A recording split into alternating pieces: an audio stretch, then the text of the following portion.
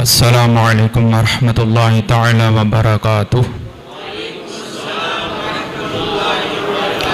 الحمد للہ رب العالمین والصلاة والسلام علی سید المرسلین، اما بعد فاعوذ باللہ من الشیطان الرجیم، بسم اللہ الرحمن الرحیم۔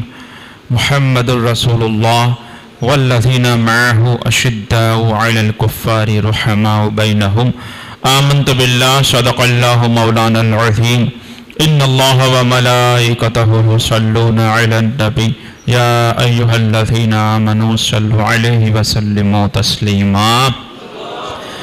اللہم صلی علی سیدنا و مولانا محمد معدن الجود والکرم وآلہ وبارک وسلم۔ آج 18 ذو الحجہ حضرت امیر المومنین عثمان غنی رضی اللہ تعالی عنہ کی شہادت کی رات ہے، یوم وصال ہے آپ کا۔ اس مناسبت سے آج ہم نے یہ جلسے کا انعقاد کیا ہے، اور کچھ دنوں کے بعد 28 ذو الحجہ کو خلیفہ دوم امیر المومنین حضرت عمر فاروق اعظم رضی اللہ تعالی عنہ کا بھی جب آپ پر قاتلانہ حملہ ہوا تھا، وہ دن آتا ہے، تو اس کی مناسبت سے یہ ایک ہی دن میں ہم نے 2 نسبتوں کو قائم کرتے ہوئے یہ پروگرام رکھا ہے۔ مختصر سے وقت میں یہ آپ کے سامنے کچھ باتیں عرض کرتا ہوں۔ یہ وہ ہستیاں ہیں کہ آپ جانتے ہیں کہ تمام اللہ تبارک و تعالیٰ نے دنیا پیدا فرمائی اور اتنی ساری مخلوق پیدا فرمائی، انسانوں کو پیدا فرمایا۔ ان میں اللہ کی بارگاہ میں سب سے زیادہ مقبول، سب سے زیادہ عزت والا، سب سے زیادہ محبوب، اور جن کے لیے تمام کائنات بنائی گئی، وہ محمد الرسول اللہ صلی اللہ علیہ وسلم ہے۔ اللہ نے آپ کو سب سے آخر میں بھیجا، آپ کی شان ظاہر فرمائی دنیا میں بھی آخرت میں بھی، اور قیامت تک آپ کا دین رہنے والا ہے، قیامت تک آپ کی شریعت رہنے والی ہے، یہاں تک کہ حضرت عیسیٰ علیہ السلام دوبارہ تشریف لائیں گے تو انجیل اور اپنی شریعت کے مطابق نہیں، شریعت محمدی کے مطابق زندگی گزاریں گے اور ان کے احکام نافذ فرمائیں گے۔ اتنی فضیلت حضور کو اللہ تبارک و تعالیٰ نے ارشاد فرمائی۔ تو اب اتنے بڑے اور اہم کام کے لیے جیسے لوگوں کی ضرورت تھی، اور اپنے محبوب اور اپنے نبی کے لیے جو صحبت اٹھانے والے تھے، کبھی کبھی ہم کہتے ہیں کہ وہ آدمی تو بہت اچھا ہے لیکن اس کو کوئی اچھے آدمی نہیں ملے۔ کئی مرتبہ لوگ ہمارے سماج میں، معاشرے میں کام کرنے والے ہوتے ہیں، اور وہ اچھے ہوتے ہیں، نیت اچھی ہوتی ہے، لیکن ایک اکیلے آدمی سے تو ایک لمٹ ہے نا، کام کرنے کی لمٹ ہے، اس کے لیے اس کا ساتھ سہکار چاہیے۔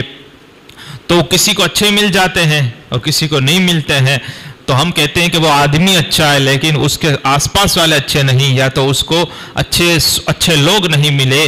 تو اب یہ رسول اللہ کو اللہ تعالیٰ نے بھیجا، تو پھر ایسا بھیجا کہ آپ روئے زمین پر اور پہلے سے لے کر آخر تک جتنے انسان تھے نبیوں کے علاوہ، اور جن نبیوں کو جو ان کے صحابی ملے، ان میں سب سے بہترین، سب سے اچھے، سب سے افضل یہ حضور صلی اللہ علیہ وسلم کو اللہ تعالیٰ نے صحابی عطا فرمائے، تاکہ اسلام کا کام اور ایمان کا کام بہترین طریقے سے پھیلے۔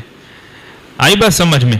لیکن مسئلہ یہ بن جاتا ہے کہ ہم جن کمینوں کے آس پاس کے بیچ میں جی رہے ہیں، اور ہم میں بھی وہ کچھ اثرات ہوتے ہیں، اس کی مناسبت سے آدمی اپنے اور ان صحابہ کرام کو ایک پلے میں، کیونکہ آدمی جیسا ہوتا ہے اس کو ویسا ہی نظر آتا ہے۔ جو جھوٹا ہوتا ہے اس کو سارے لوگ جھوٹے لگتے ہیں، جو خود فراڈ کرتا ہے اس کو سب فراڈی لگتے ہیں، جو سچ بولتا ہے اس کو سب سچے لگتے ہیں، جو اچھا ہوتا ہے اس کو سب اچھے لگتے ہیں، جو برا ہوتا ہے اس کو سب برے لگتے ہیں۔ گجراتی میں کہوت ہے، کمڑو ہو یا نے پیڑو دیکھا ہے۔ تو مسئلہ، اور پھر ایک دوسری کہوت بھی ہے، جیوی درشٹی تیوی سرشٹی، کہ آدمی کے نظریہ جیسا ہوتا ہے، یا جب خود کو بیماری ہوتی ہے تو اس کو سب ایسے ہی لگتے ہیں۔ تو آج ہم جیسے کمینوں پن میں جی رہے ہیں اور جیسی جیسی نہ کرنے والے کام جو کر رہے ہیں، تو معاذ اللہ ان بڑی ہستیوں پر بھی وہ اپنے جیسا سمجھنے لگتا ہے کہ انہوں نے بھی اسی طرح سے کیا ہوگا، معاذ اللہ رب العالمین۔ اور تبھی سے آدمی برباد ہو جاتا ہے جب بڑوں کو اور اللہ والوں کو اپنے جیسا سمجھنے لگتا ہے۔ خیر، یہ بات ہوئی، یا تو ان کو اپنے جیسا سمجھے تب بھی گیا، اور اپنے کو ان جیسا سمجھے تب بھی گیا۔ اب میں بات پر آتا ہوں، تو یہ اللہ تعالیٰ نے ایسے بہترین شخصیت اور ایسی بہترین انسان کو اپنے محبوب کی صحبت میں بیٹھنے کا موقع دیا تاکہ یہ محبوب کا جو کام ہے، اس کا جو دین ہے، اس کی شریعت ہے، وہ تمام دینوں پر، تمام مذہبوں پر غالب آ جائے۔ ایسے مخلص مومن، ہم تو ہر چیز میں فائدہ دیکھتے ہیں، لہٰذا ہم کبھی ان کی وہ بات شاید کبھی نہیں سمجھ پائیں گے۔ اب سنیں، آج ہم سب سے پہلے حضرت عمر کی بات کر لیتے ہیں۔ حضرت عمر فاروق اعظم رضی اللہ تعالی عنہ کی کیا شان اور عظمت ہے کہ امام اہل سنت نے ایک شعر عرض کیا، ترجمان نبی ہم زبان نبی، عز و شان عدالت پہ لاکھوں سلام۔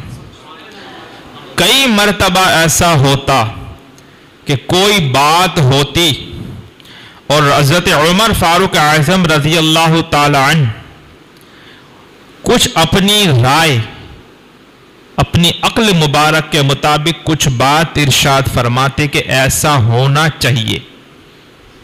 جیسا کہ ایک مرتبہ ہوا کہ حضرت رسول اللہ صلی اللہ علیہ وسلم اور حضرت عائشہ صدیقہ رضی اللہ تعالیٰ عنہ کچھ کھانا تناول فرما رہے تھے۔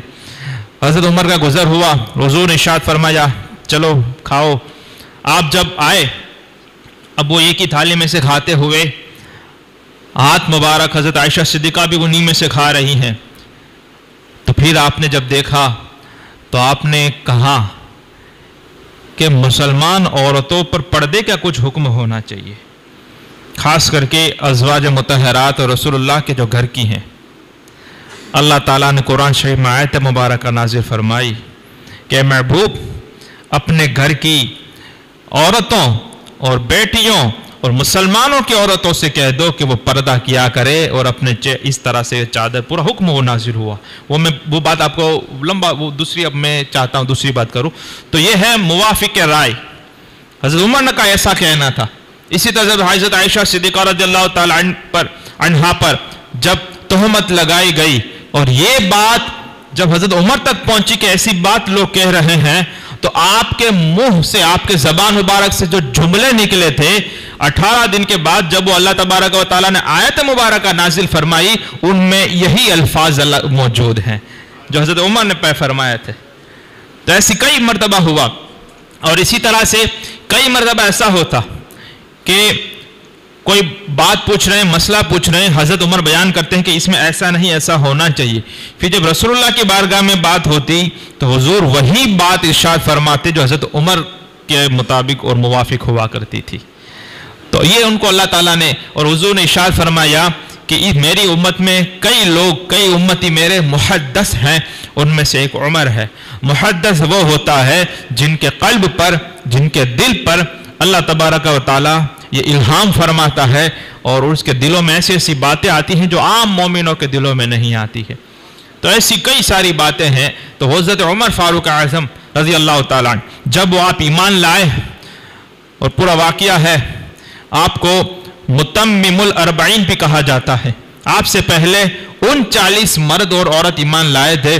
وہ پورا واقعہ میرے خیال سے آپ نے کئی مرتبہ سنا ہوگا، تو میں جلدی میں اشارہ کر کے نکل جاتا ہوں۔ آپ وہ نکلے تلوار لے کر اور پورا واقعہ ہوا، اپنی بہن کے گھر پہ گئے اور آپ نے کہا کہ 40واں مسلمان نہیں ہونے دوں گا۔ 39 لوگ مسلمان ہوئے تھے، لیکن جب وہ رسول اللہ کو کلام پاک سنا، قرآن ہی تو انہوں نے سنا تھا، اور آج نہیں، لوگ مسلمان نہیں سن رہے ہیں، مسلمان قرآن نہیں سن رہے ہیں، پھر کیا ہوگا؟ اگر قرآن سننے سے، کیونکہ وہ سمجھتے بھی تھے ساتھ میں، قرآن سننے سے اگر ایمان نصیب ہو سکتا ہے تو پھر قرآن کو چھوڑنے سے ایمان جا بھی تو سکتا ہے۔ تو پھر آپ مسلمان کیا کر رہے ہیں؟ کیوں وہ سیکھتے نہیں ہیں؟ ہم روزانہ رات کو یہاں پر بیٹھتے ہیں، قرآن عربی میں سمجھ میں نہیں آتا تو پھر اس کا ترجمہ تفسیر ہم اردو میں گجراتی میں سمجھاتے ہیں آپ کو.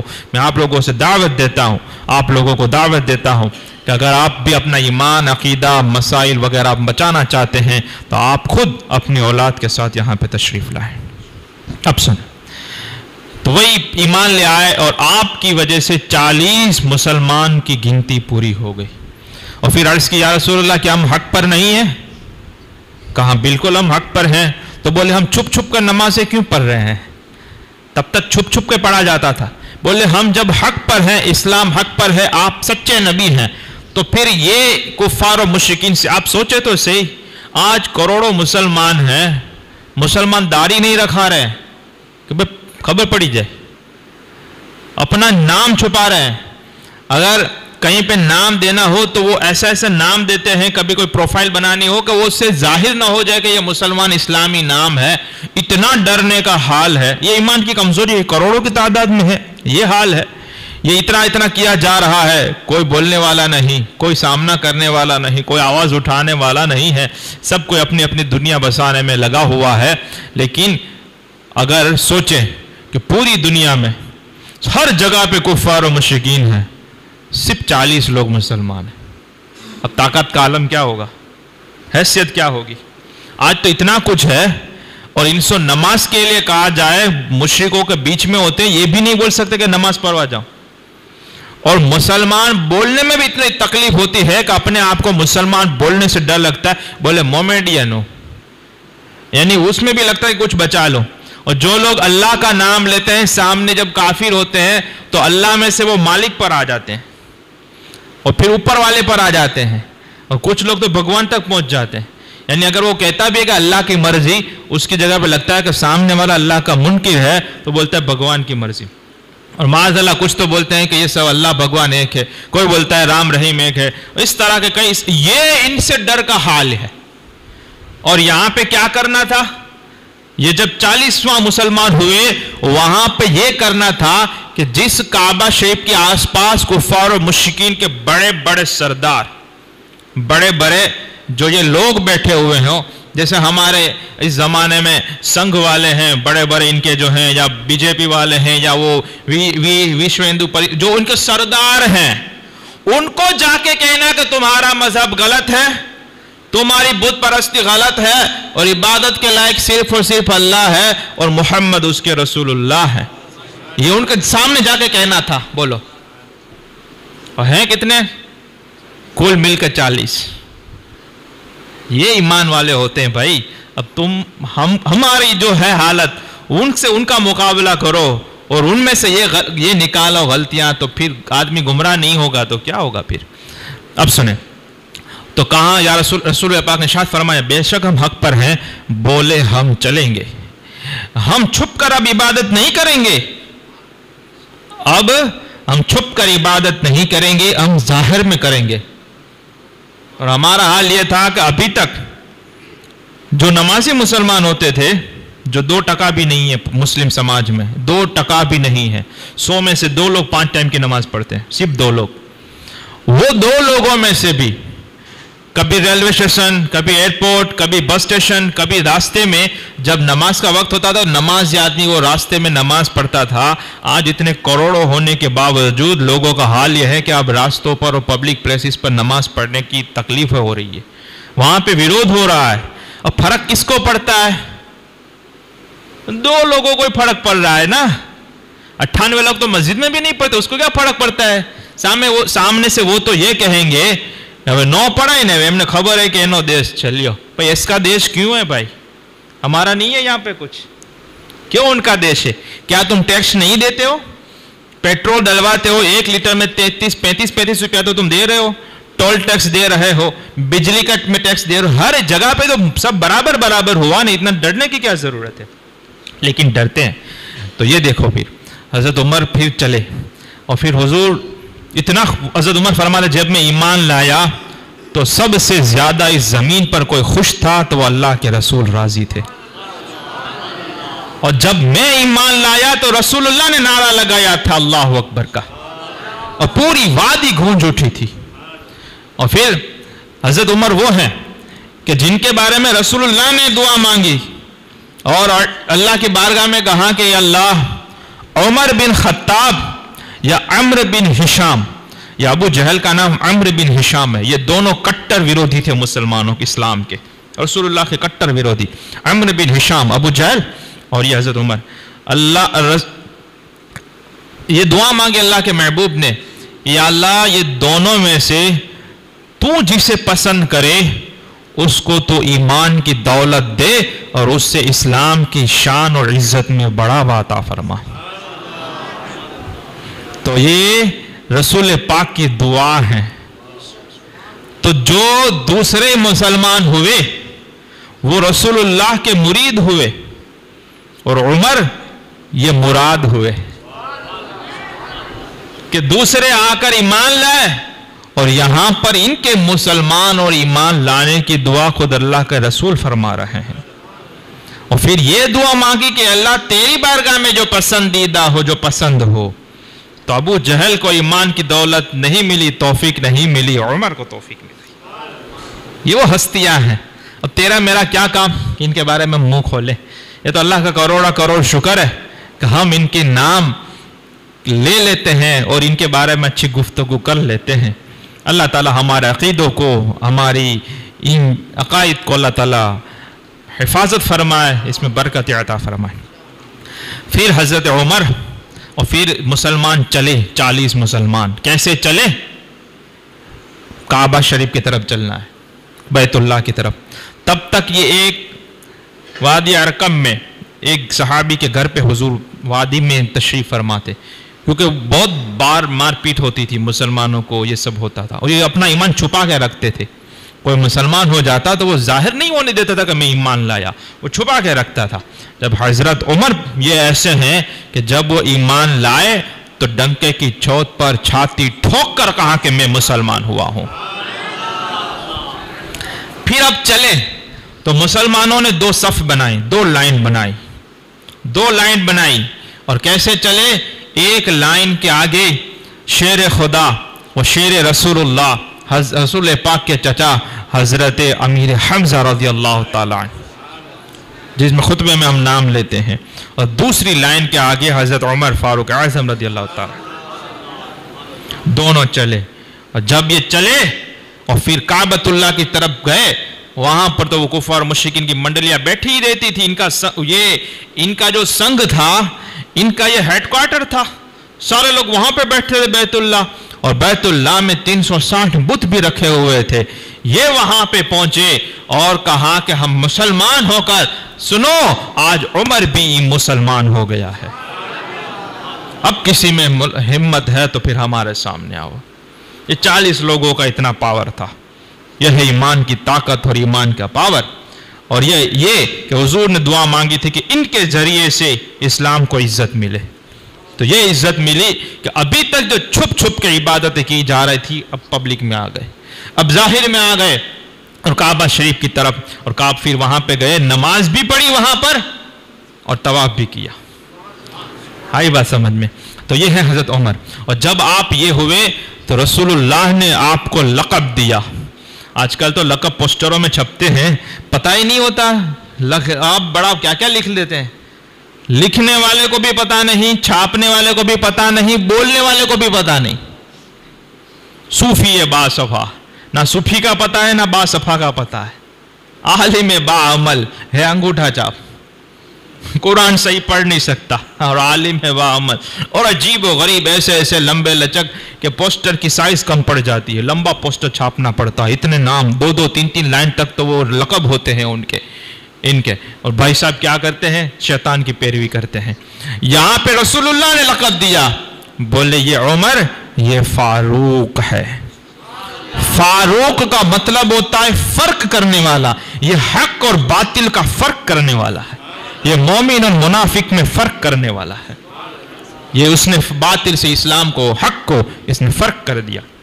فارق، اعلیٰ حضرت نے پھر شعر لکھا، فارق حق و باطل امام الہدا، فارق حق و باطل امام الہدا، عز و ناز خلافت پہ لاکھوں سلام۔ اب یہ ہوئے حضرت عمر فاروق اعظم رضی اللہ تعالی عنہ۔ اور کئی ساری ایسی باتیں ہیں، کئی سارے ایسے واقعات ہیں. اور آپ کا عشق رسول، آج لوگ کیا عشق رسول، جو T20 میں کھو جاتا ہے، ٹک ٹاک میں بیٹھ جاتا ہے، اور پھر محرم آتی ہے تو کون سی عشق کی بات کرتا ہے، 12ویں شریف میں ناچتا ہے عیسائیوں کے طریقے پر، ڈی جے بجاتا ہے دوسرے کے، وہ عشق رسول کا منہ اس کے زبان سے لفظ اچھا ہی نہیں لگتا. آئیے رسول پاک کا عشق، رسول پاک کا ادب. ایک مسلمان اور یہودی کے بیچ میں کوئی میٹر بن گئی. اب یہ گئے حضرت ابو بکر کے پاس کہ یہ ہمارا بیچ میں مسئلہ بن گیا ہے. اب مسلمان کا جو پلڑا تھا وہ تھوڑا کمزور تھا، اسے پتا تھا کہ یہ پھر کوئی اگر سچی بات کوئی بیان کرے گا نا تو میں ہار جاؤں گا کیس. تو ایسا آدمی چاہیے کہ وہ مجھے مسلمان ہونے کی حیثیت سے اپنی تھوڑی بھوڑ تانے، حق نہ بولے بس. اب رسول پاک تک بات پہنچی تو حضور نے بات سنی، اور پھر سننے کے بعد آپ نے جو فیصلہ فرمایا وہ یہودی کے حق میں تھا. کس کے حق میں تھا؟ تو وہ حق ہے نا، جو سچ ہے وہ سچ ہے، جو میٹر بنی. اب جو صحیح ہے وہ صحیح ہے، غلط ہے تو غلط ہے. ایسا تو نہیں کہ مسلمان ہے تو پھر خون کرے تو بھی جائز، جو کوئی کچھ غلط کرے تو بھی صحیح. ایسا تو نہیں ہوتا ہے کہ بھائی میرے کو کوئی چائے پلاتا ہے، میرے کو کوئی ناشتہ کرواتا ہے، میرے کو کوئی نذرانے دیتا ہے، اب وہ جو بھی حرام کام کرے ہم اس کا ڈھانکتے رہیں، چلو یہ میرے والا ہے، وہ دوسرے والا ہے. تو پھر ایسا تو نہیں ہوتا ہے حق والوں کا. تو رسول اللہ نے یہودی کے حق میں فیصلہ فرمایا. وہ جو کلمہ پڑھنے والا تھا، جو مسلمان بنا ہوا تھا، اس نے پھر یہودی سے کہا ابھی ایک اور جگہ پر ہم جاتے ہیں، سب سے زیادہ عدل و انصاف والے حضرت عمر کے پاس چلتے ہیں. اچھا، سب سے زیادہ خطبے میں بھی ہم پڑھتے ہیں اعدل الاصحاب، سب سے زیادہ عدل و انصاف فرمانے والے. اور رسول پاک نے ایک حدیث مبارکہ میں فرمایا کہ میری امت میں سب سے زیادہ نرم دل اور سب سے زیادہ رحم دل یہ ابو بکر صدیق ہے. سنیں صحیح اچھے سے، میری حضور نے فرمایا میری امت میں سب سے زیادہ رحم دل اور سب سے زیادہ نرم دل والے یہ ابو بکر صدیق ہے. اور میری امت میں سب سے زیادہ یہ انصاف اور عدل فرمانے والے اور حق بولنے والے، دوسرا میں بھول گیا، وہ حضرت عمر فاروق اعظم ہے. حضور نے بھی ان کو اعدل فرمایا، سب سے زیادہ عدل و انصاف فرمانے والے. اور میری امت میں سب سے زیادہ یہ حیا والے، شرم والے اور سب سے زیادہ عزت والے یہ حضرت عثمان غنی ہیں. اور میری امت میں سب سے زیادہ بہادر یہ مولا علی ہیں. تو یہ ہے اعدل، سب سے زیادہ عدل و انصاف والے. تو وہ دونوں یہاں پر آئے حضرت عمر کے پاس اور اپنا معاملہ پیش کیا کہ ہمارے بیچ میں یہ ہوا نہیں، یہ ہوا نہیں، یوں ہوا. حضرت عمر سننے لگے. اب جب یہ ہونے لگا تو یہودی کو خطرہ لگا کہ بھائی عمر کا ایک جلال ہے، جلال والے آدمی تھے یہ. تو اب دیکھا نہیں 40 ہیں پھر بھی جلال کا عالم کیا ہے؟ کفار و پوری سلطنت کے حملے بلے کون ہے؟ میں مسلمان ہوا. ہجرت میں بھی آپ نے ایسا ہی کیا تھا.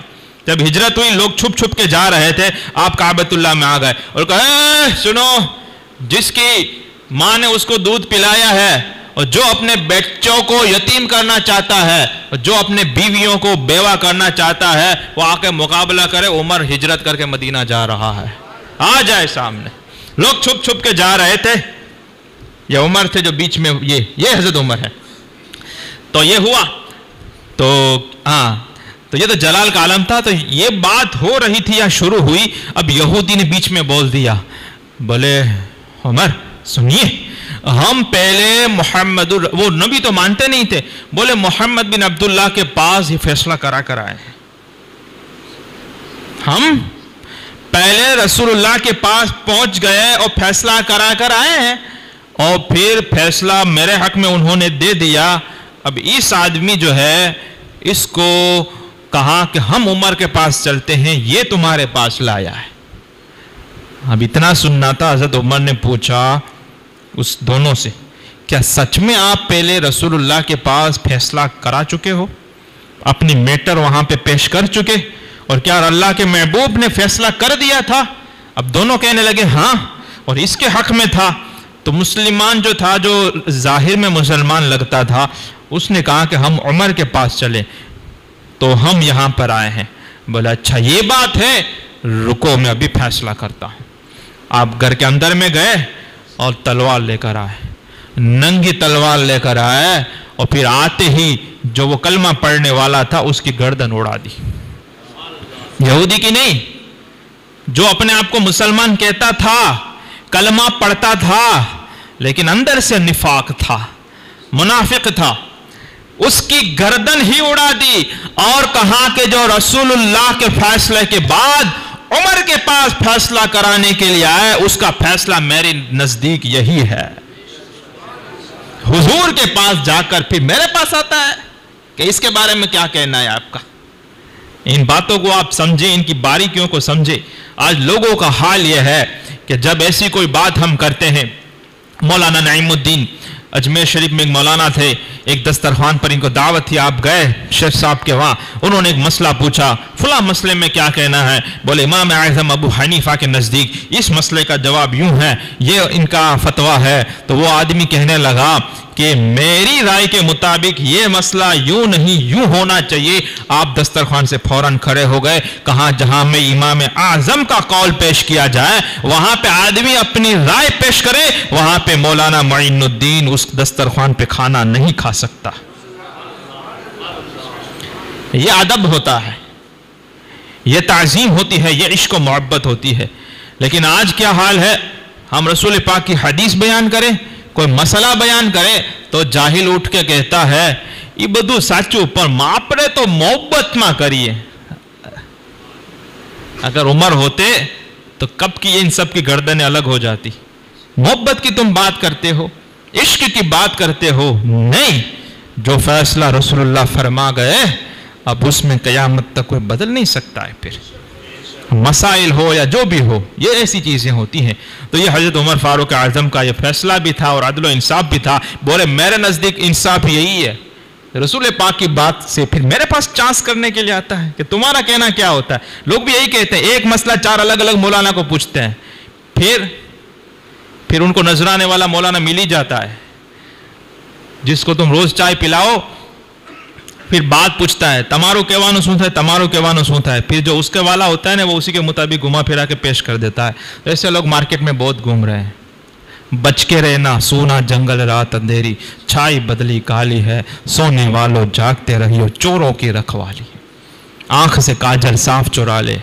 ایسے چور بلا کے ہیں، ایسے چور ہیں کہ آنکھ سے کاجل صاف چرا لیتے ہیں، آنکھ سے کاجل صاف چرا لے، ایسے چور بلا کے ہیں، تیری گٹھڑی تاکی ہے اور تو نے نیند نکالی ہے۔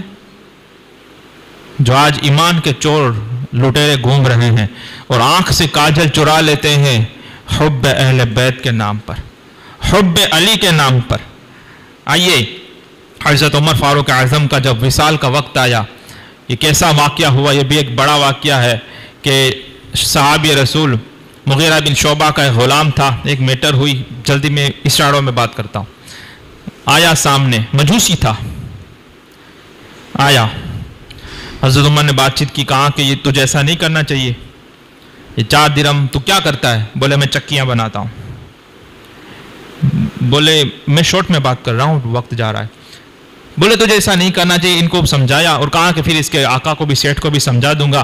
اب یہ حق بات بیان کی، سمجھایا تو اسے برا لگ گیا اور کہا کہ میں، اور ایک روایت میں کہ انہوں نے کہا میرے لیے ایک چکی بنانا، بولے میں تمہارے لیے تو ایسی چکی بناؤں گا کہ لوگ اس کو یاد رکھیں گے۔ جب وہ چلا گیا حضرت عمر نے کہا کہ یہ مجھے ابھی ابھی دھمکی دے کر گیا ہے، یہ دھمکی دے کر گیا ہے۔ پھر 18 ذوالحجہ نہیں بلکہ یہ 28 یا 26 کو ایک وقت اس نے پھر ایک 2 دھاری خنجر بنائی تیز، اور اس میں پھر زہر والی کر دی وہ خنجر کو، اور پھر فجر کی نماز میں پہلے صف میں آ کے کھڑا رہ گیا۔ اب وہ زمانہ تھا، اور اتنے سارے لوگ ہیں، اور پھر یہ لائٹنگ وائٹنگ بھی تو نہیں ہوتی۔ جب حضرت عمر نے نماز شروع کی تبھی اس نے حملہ کر دیا، حضرت عمر زخمی ہو گئے اور انہوں نے کہا اس کتے کو پکڑو، اس نے مجھے قتل کر دیا ہے۔ اب لوگ اس کو پکڑنے کے لیے جب آئے تو اس نے ایسی خنجر چلائی کہ 12 لوگ زخمی ہو گئے اور 6 لوگ پھر بعد میں شہید بھی ہو گئے. ایسا 6 لوگ شہید ہو گئے، 12 لوگ پر یہ ہوا. پھر ایک آدمی نے چادر ڈال کر اس کو پکڑ لیا. جب اس کو لگا کہ یہ چادر ڈال کر پکڑ لیا گیا ہوں، اب میں بھاگ نہیں سکتا ہوں، اس نے وہی خنجر اپنے کو ماری اور خودکشی کر کے مر گیا. حضرت عمر کو گھر پہ لایا گیا اور ان کی جگہ پر حضرت عبد الرحمن بن عوف رضی اللہ تعالیٰ عنہ صحابی رسول 10 مبشرہ میں سے ہیں. انہوں نے وہ فجر میں وہ بالکل مختصر سی صورتیں پڑھ کے فوراً 2 رکعت پہ سب کی نمازیں باقی تھی. حضرت عمر وہاں پہ گئے، گھر پر لے جایا گیا ان کو. پھر وہ بے ہوشی طاری ہو گئی. آپ ہوش میں آئے تو انہوں نے اپنے بیٹے کو کہا کہ مجھے پکڑو. بٹھایا، وضو کیا اور پھر فجر کی نماز پڑھی. اور پھر کسی کو بھیجا کہ جاؤ مجھ پر جس نے حملہ کیا ہے وہ کون تھا، وہ آپ خبر لے کر آؤ باہر جا کر، کیا کوئی مسلمان تھا یا نہیں تھا. وہاں سے پتہ چلا باہر جب ہوا کہ وہ کوئی مسلمان نہیں تھا، وہ ایک مجوسی تھا. جب حضرت عمر کو یہ بات پہنچی تو آپ نے اللہ کا شکر ادا کیا. اللہ کا شکر ہے کہ مجھے جس آدمی نے قتل کیا، شہید جو کر رہا ہے، یہ کوئی مسلمان نہیں تھا کہ وہ میری وجہ سے، اور اللہ نے اس کو سجدے کی توفیق نہیں دی کہ وہ مجوسی تھا. اور پھر وہ مر گیا. یہ ہوا. اور پھر اس طرح سے 3 دن تک حضرت عمر کی حالت رہی. اور آپ تینوں دن نماز بھی پڑھتے رہے، پڑھا تو نہیں سکتے تھے. اور پھر طبیبوں کو بلایا گیا، کہا آپ کو کیا پسند ہے؟ بولے نبیذ. آپ نے جب وہ نبیذ کھائی تو وہ زخموں سے نکل گیا. دودھ پلایا تو وہ زخموں سے بہہ گیا. تو پھر طبیب نے کہا کہ اب یہ نہیں رہ سکتے. جبکہ کعب الاحبار نے کہا تھا کہ اگر عمر دعا کریں کہ اللہ ان کی موت کو مؤخر کر دے تو اللہ ضرور ان کی دعا قبول فرمائے گا. ایسے تھے. لیکن پھر آپ نے اپنے پیچھے خلیفہ کے لیے کسی کا نام نہیں دیا اور ایک 6 لوگوں کی کمیٹی بنائی اور کہا کہ میں 6 ایسے لوگ، ایسے صحابی جن سے رسول اللہ آخری دم تک راضی تھے، ایسے 6 لوگوں کی کمیٹی بناتا ہوں، ایک باڈی بناتا ہوں. یہ پھر آپس میں بیٹھ کر مشورہ کریں گے اور طے کریں گے کہ کس کو خلیفہ مقرر کیا جائے. ان میں حضرت عثمان غنی رضی اللہ تعالیٰ عنہ تھے، حضرت مولا علی مشکل کشا رضی اللہ تعالیٰ عنہ تھے، حضرت سعد بن ابی وقاص تھے، حضرت عبد الرحمن بن عوف تھے، حضرت طلحہ بن عبید اللہ تھے اور حضرت سعد بن زید. یہ 6 لوگ اور 6 کے 6 10 مبشرہ میں سے ہیں جن 10 کو حضور نے جنت کا مزدہ دیا تھا ایک ہی بیٹھک میں. وہ 10 جن کو جنت کا مزدہ ملا، اس مبارک جماعت پہ لاکھوں سلام. حضرت عمر نے وہ 6 لوگوں کو مقرر کیا کہ آپ پھر مسئلہ طے کریں. اور پھر حضرت عمر کی حکمت عملی دیکھیں تاکہ واد وواد نہ ہو اور کسی کا پلہ بھاری نہ ہو جائے. اس لیے جب تک آپ زخمی رہیں اور پھر اپنی نماز جنازہ میں بھی آپ نے کہا کہ اگر خلیفہ مقرر ہو جائے میٹنگ اور مشورے سے تو وہی نماز پڑھائے گا، لیکن اگر مقرر نہ ہو تو آپ کے جو صہیب تھے، حضرت صہیب رضی اللہ تعالیٰ بولے وہ نماز پڑھائیں گے. صہیب رومی یہ غلام بن کر آئے تھے، وہ پرانے قدیم مہاجرین میں سے ہیں.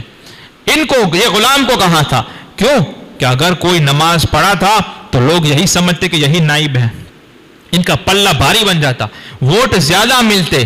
لیکن آپ نے کہا کہ نہیں، اگر مقرر ہو تو وہ نماز جنازہ پڑھائے، ورنہ میرے پیچھے صہیب رومی نماز جنازہ پڑھائیں گے اور باقی جو بھی ہوگا. یہ اتنی حکمت عملی.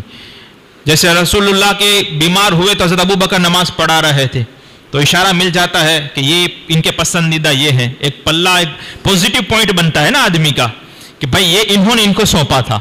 تو حضرت عمر نے اس طرح سے کرنے ہی نہیں دیا، بولے سب کی برابر رہے گی.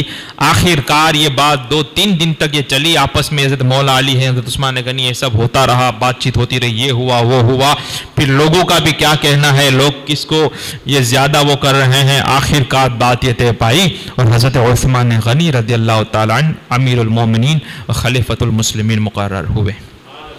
حضرت مولا علی نے بیعت فرمائی. یہ ہوا. حضرت عثمان غنی رضی اللہ تعالیٰ عنہ کی بھی کیا اپنی شان ہے. یہ 4 خلیفہ ایسے ہیں، حضرت ابو بکر، عمر، عثمان و علی رضی اللہ تعالیٰ عنہ اجمعین. 4 خلیفہ ایسے ہیں کہ تم کسی بھی ایک کے بارے میں اگر حدیثیں پڑھو گے نا، کسی ایک کے بارے میں حدیثیں، ان کی زندگیاں، ان کے طریقے، کسی بھی ایک کو پڑھو گے نا تم، تو تم کو لگے گا کہ سب سے اچھے اور سب سے بہتر یہی ہے، ایسا ایسا آیا ہوا ہے۔ لیکن کسی میں یہ خوبی ہے، کسی میں یہ خوبی ہے، کسی میں یہ خوبی ہے، کسی میں وہ خوبی ہے، کسی میں 4-5 یہ خوبی ہے، کسی میں 4-5 یہ خوبی ہے، سب میں الگ الگ ہے۔ لیکن جب تم سب کو پڑھو، اور پھر اس زمانے کے صحابہ کرام اور حضور کا ان کے بارے میں کیا کہنا تھا، جب تک تم یہ نہیں پڑھ لیتے تم کو یہی لگے گا، کسی ایک کو پڑھو گے تو یہی لگے گا نا یہی سب کچھ ہے۔ جیسے آج کل نہیں ہوتا ہے انتھوں میں کانا راجا جیسا، اجڑ گاما ایرنڈیو پردھان، لوگ جاہل ہے، جانتے پہچانتے کچھ نہیں، نہ کسی عالم کو دیکھا، نہ کسی ولی کو دیکھا، نہ کسی پیر کو دیکھا، نہ کسی یہ کوئی صوفی کو دیکھا ہے۔ اب جو اس کا جاہل جو ہوتا ہے، اس کا سردار، ان کو لگتا ہے یہی اللہ کا ولی ہے اور یہی سب کچھ ہے، ان کو یہی لگتا ہے، کیونکہ وہ ہوتے نا کوانا دیڑ کا، ایسا ہو جاتا ہے۔ تو یہ اب یہ دیکھو حضرت عثمان غنی رضی اللہ تعالیٰ عنہ کے بارے میں کیا تھا۔ ایک مرتبہ اللہ کے رسول صلی اللہ علیہ وسلم، حضرت ابوبکر صدیق، حضرت عمر فاروق اعظم، حضرت عثمان غنی رضی اللہ تعالیٰ عنہم، یہ چاروں لوگ احد پہاڑ پر تشریف لے گئے۔ جب احد پہ گئے، اب احد کو مزہ آ گیا، یہ اتنے مزے میں آ گیا کہ یہ جھومنے لگا۔ ہر اللہ کا رسول تشریف لایا ہے اور ان کے بہترین صحابہ کرام، یہ جھومنے لگا۔ حضور نے یہ ایڑی مبارک ماری اور کہا اثبت احد، اے احد رک جا، انما علیکا نبی و صدیق و شہیدان، تجھ پر ایک اللہ کا نبی، ایک صدیق اور 2 شہید ہیں۔ یہ غیب بتا رہے ہیں۔ اور احد کا جو یہ جھومنا تھا وہ بھی حضور کی ایڑی مبارک سے رک گیا۔ اعلی حضرت نے اس کا نقشہ کھینچا اور عرض گزار ہوئے، ایک ہی ٹھوکر میں احد کا زلزلہ جاتا رہا، رکھتی ہے کتنا وقار، اللہ اکبر ایڑیاں۔ سنا ہے کبھی ایڑیوں پر، حضور کی ایڑیوں پر اعلی حضرت نے پورا قصیدہ لکھ دیا ہے، رکھتی ہے کتنا وقار، اللہ اکبر ایڑیاں۔ تو یہ تھا، تو اب یہ اشارہ مل رہا ہے نا، آپ ارشاد فرما رہے ہیں۔ اور یہی ایک واقعہ مکہ میں بھی ہوا تھا۔ اب یہ سب واقعہ سناؤں گا تو بہت وقت اپنا پورا ہو رہا ہے، تو یہ واقعات ہیں۔ تو حضرت عثمان غنی رضی اللہ تعالیٰ عنہ کے بارے میں ایسی ایسی باتیں آتی ہیں کہ آپ بہت زیادہ شرم و حیا فرمانے والے تھے، اور اللہ نے آپ کو مال دیا تھا، لیکن وہ مال یہ رسول اللہ کے لیے، اللہ کے لیے اور دین کے لیے آپ قربان کر رہے تھے۔ اپنے لیے کم استعمال فرماتے، دوسروں پہ وہ زیادہ خرچ کیا کرتے تھے۔ لیکن پھر کیا ہوا، اب خلیفہ ہوئے اور 6 سال تو اچھے سے گزر گئے، باقی میں بہت سارے فتنے فساد اور یہ ساری چیزیں اٹھنے لگی۔ جیسے آج بھی ہوتا ہے نا، مسلمان کو بدنام کیا جاتا ہے، یہ آتنکوادی ہوتے ہیں، پاکستان کا کنیکشن ہوتا ہے، باہر سے پیسہ آتا ہے، یہ کرتے ہیں، مسجدوں میں یہ تعلیم دیتے ہیں، یہاں پہ مسجد میں نماز پڑھنے والے ملتے نہیں، یہاں پہ ہماری مارا ماری ہے، ہم یہ پکڑ کے لوگوں کو درود شریف پڑھنے کے لیے بٹھاتے ہیں، اور یہ کہہ رہے ہیں کہ مسجد میں اتنے سارے لشکر تیار کیا جاتا ہے۔ بولو، یہاں پہ سر جھکانے والے نہیں مل رہے، کٹانے والے کہاں سے نکالے ہم؟ لیکن یہ حال ہے، تو لیکن یہ پروپیگنڈا، تاکہ ایک طرح کا یہ لوگ یہ بدنام ہے۔ حضرت عثمان غنی کے زمانے میں بھی ایسی کئی ساری باتیں ہوئی اور آپ پر الزام لگائے گئے، اور جو کچھ لوگ نئے نئے مسلمان ہوئے تھے اور کچھ لوگ کچھ اور چاہتے تھے، وہ چاہتے تھے کہ حضرت عثمان غنی رضی اللہ تعالیٰ عنہ راضی نامہ دے دیں اور خلافت سے ہٹ جائیں۔ اور اس میں کچھ لوگ عبداللہ بن سبا والے تھے۔ عبداللہ بن سبا وہ شخص ہے کہ یہودی تھا، جب ان کو اسلام سے یہودیوں کو نقصان ہوا اور عرب میں سے سب سے پہلے یہودیوں کو باہر نکالنے والے یہ حضرت عمر ہے، نکال دیا تھا۔ جب ان کی حرکتیں دیکھی، جو آج کر رہے ہیں نا، آپ دیکھ رہے ہو نا کیا ہو رہا ہے فلسطین میں، یہ کیا کر رہے ہیں، اور یہی ان سے پریشان ہو کر ہٹلر نے بھی ان کو مارا تھا کہ یہ سب سے یہ فتنتی جڑ ہیں، یہ سب سے زیادہ فتنہ فساد اور یہ خصلت کرنے والے اور یہ شرارتیں کرنے والی قوم ہے۔ تو یہ چل رہا تھا حضور کے، یہ وہ قوم ہے کہ جب اللہ کے رسول صلی اللہ علیہ وسلم سے ان کا معاہدہ ہوتا تھا، سمادھان ہوتا تھا، شرطیں طے ہوتی تھی، وہ جانتے تھے کہ آخری نبی ہیں، لیکن بس بنی اسرائیل نہیں ہونے کی وجہ سے ایمان نہیں لاتے تھے.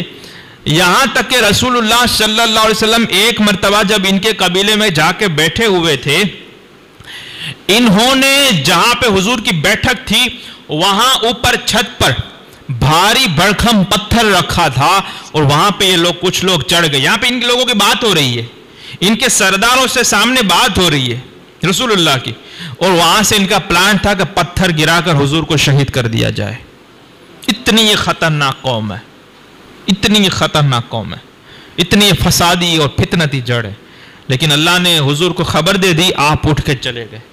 یہ پھینکے اس سے پہلے چلے گئے، اور پھر کہا کہ اب ان کا پھر ریئیکشن تو آئے گا نا یار. یہ آج جیسے مسلمان تو تھے نہیں خود حضور، پھر ریئیکشن آیا اور پھر ان کو نکالا گیا مدینہ سے. اب یہ، اور آپ کو جان کر حیران ہوگی، خیبر کے بارے میں مسلمان کے بچے کہاں گئے؟ مجھے یہ اسکول والے بچے نظر نہیں آتے، کہاں ہیں؟ پتہ ہے آپ کو اسکولوں میں اب گیتا کمپلسری ہو رہی ہے، گیتا پڑھایا جائے گا تمہارے بچوں کو، تمہارے بچوں کو سوشل میڈیا کے تھرو بہت سارا سکھایا جائے گا. اور جہاں پہ ہم اسلام سکھا رہے ہیں وہاں پہ بچے کہاں ہیں؟ ہمارے آنے والی نسلوں کا کیا ہوگا؟ خیبر کے بارے میں جانتے نہیں، لیکن آج اسرائیل جو کر رہا ہے ان میں وہ پلے کارڈ لے کے گھومتے ہیں کہ خیبر واز یور لاسٹ چانس. مسلمانوں کو کہہ رہے ہیں کہ جو خیبر میں تم نے کیا اور جو یہ تمہارا چھلنا آخری چانس تھا، موقع تھا، اب ہم ایسا کریں گے تمہارے ساتھ. یہ سب ہو رہا ہے. آپ پتہ ہی نہیں لوگوں کو کیا کیا گیمیں کھیلی جا رہی ہیں. ہم کو تو کیا ہے بھائی، پیسے بن جائیں، اپنی دکان بڑھ جائے، بزنس پھیل جائے ہمارا، اور رات کو مست ایک نان ویج کی آئٹم دبا دم ایک دم مسالے دار مل جائے، اسپائسی کھانا، ہمارا تو بس جنت مل گئی ہم کو. تو پھر کیا کرنا ہے؟ اللہ اکبر. اللہ سمجھ عطا فرمائے مجھے اور آپ کو. تو عرض یہ کر رہا تھا، تو یہودیوں کو بہت زیادہ نقصان ہوا تھا، اور پھر حضرت عمر نے نکال دیا تھا ان کو، عرب سے نکال دیا. بولے تم چاہیے نہیں ہم کو عرب میں، تم ہوتے ہو وہاں پہ فساد ہوتا ہے. نکالا اور شام کی طرف بھیج دیا. ابھی عبداللہ یہ سبا تھا، یہ گھوسا اندر میں، مسلمان کا لباس پہنا اور پھر اندر میں گھس کر اس نے یہ فساد پھیلانا شروع کیا تھا، اور پورا ایک جال بچھایا. اور جال ظاہر سی بات ہے کہ کامیابی کیسے ملے گی؟ مسلمانوں میں آ کر کسی کے خلاف بولا جائے، مسلمانوں اور رسول پاک کے خلاف، تو لوگ تو پھر پکڑ کے مار ڈالیں گے نا. تو اس نے پھر جیسے وہابیوں کے ساتھ ہوا کہ وہابی آتے تھے اور کہتے تھے غوث پاک کو مت مانو، ان کو مت مانو، ان کو مت مانو، مشکل کشا مت کہو، یہ مت کہو، وہ مت کرو، درگاہوں پہ مت جاؤ. تو اگرچہ سنی جاہل ہے لیکن پھر بھی ان کا مقابلہ کرتے تھے، بھگا دیتے تھے ان کو. بولے یہ تو خبیث ہے. مسجد میں آ جاتے تو مسجد دھوتے تھے. آج بھی کئی یہ گوشت مسجد ہوتے ہیں، بولے ناپاک ہو گئی، وابڑا آ گیا تھا. کچھ جگہوں پر ایسا ہوتا ہے، ابھی بھی ہوتا ہے. لیکن پھر بھی انہوں نے تھوڑی بہت کامیابی پائی. لیکن وہی اگر چینج ہو جائے، یہ نفرت والی بات تھی، دشمنی والی بات تھی، اسی کو اگر محبت کا لبادہ پہرا دیا جائے، حضرت علی کی محبت ہے، اہل بیت کی محبت ہے، تو ظاہر سی بات ہے مسلمان یہی کہیں گے تو اپنے والا ہے. اور پھر اب یہ ٹائٹل اچھا لگا کر، اچھے دن کا ٹائٹل لگا کر پھر کچھ بھی تم پروسے جاؤ، پھر کچھ بھی تم دیتے جاؤ، زہر، شہد دکھائے زہر پلائے، یہ چیز. تو عبداللہ بن سبا نے بھی یہی کام کیا. بولے عثمان غنی جو ہے نا وہ برابر نہیں ہے کہ یہاں پہ مولا علی ہونے چاہیے.